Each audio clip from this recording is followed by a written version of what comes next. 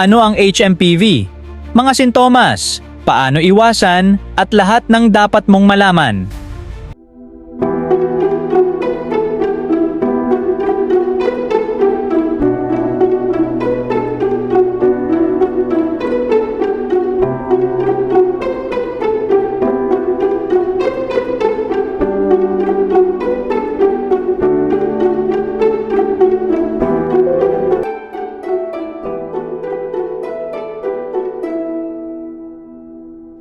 Welcome back mga katuto.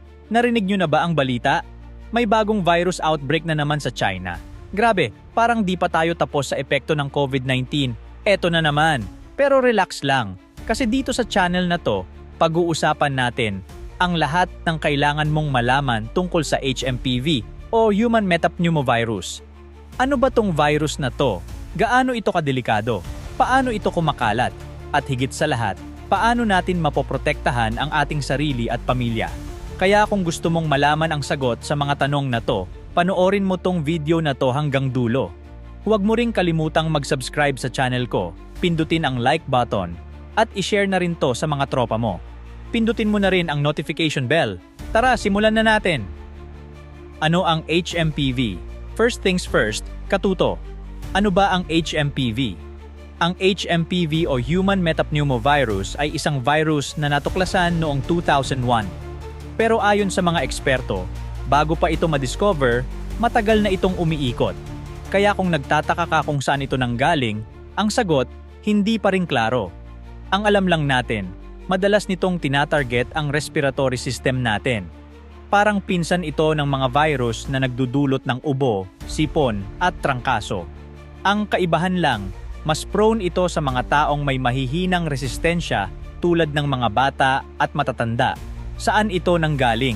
Karaniwang sinasabi ng mga eksperto na ang HMPV ay parte ng isang malaking pamilya ng viruses. Posibleng galing ito sa hayop bago kumalat sa tao, kagaya ng nangyari sa SARS at MERS. Pero ngayon, napansin na biglang tumaas ang mga kaso nito sa China. Kaya ito ang naging focus ng health authorities.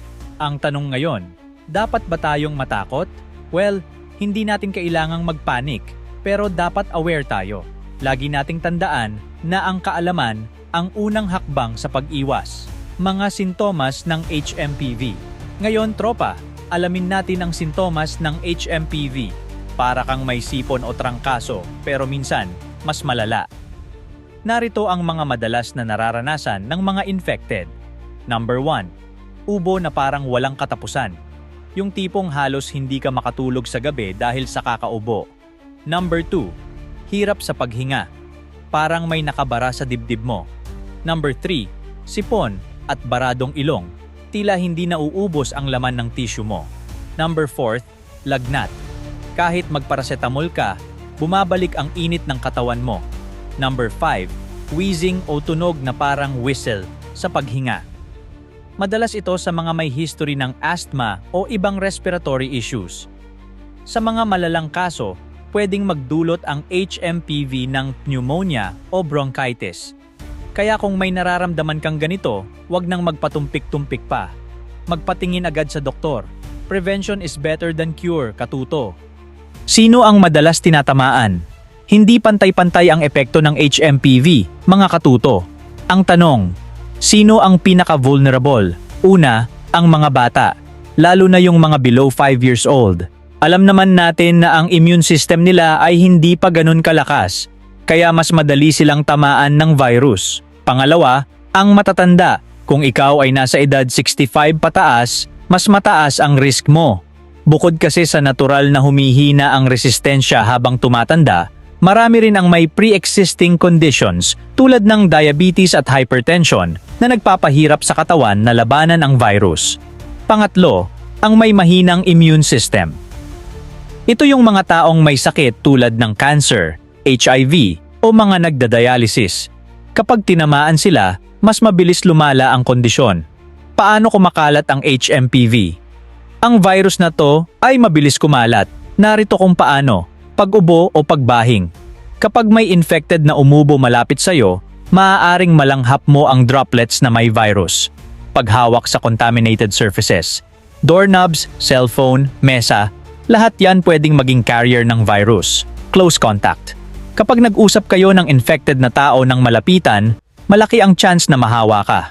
Kung may access ang virus sa ilong, bibig o mata mo, boom, pwede ka nang mahawa. Kaya napakahalaga ng hygiene. Paano maiiwasan ang HMPV? Prevention is key, mga katuto. Ito ang mga dapat nyong gawin para iwas HMPV. Una, maghugas ng kamay. Sabon at tubig ang panlaban mo sa virus. Gawin ito ng 20 seconds o higit pa. Pangalawa, disinfect ng surfaces. Linisin ang mga gamit na madalas hinahawakan tulad ng cellphone, doorknob at lamesa. Pangatlo, social distancing. Kung may taong inuubo o may sakit, huwag na munang makipaglapit. Pang-apat, palakasin ang immune system. Kumain ng masustansya, uminom ng vitamins, at mag-exercise. Panglima, wearing masks. Isa ito sa pinakamabisang paraan para hindi ka mahawa. Simple lang, katuto. Maging responsable sa sarili mo at sa iba.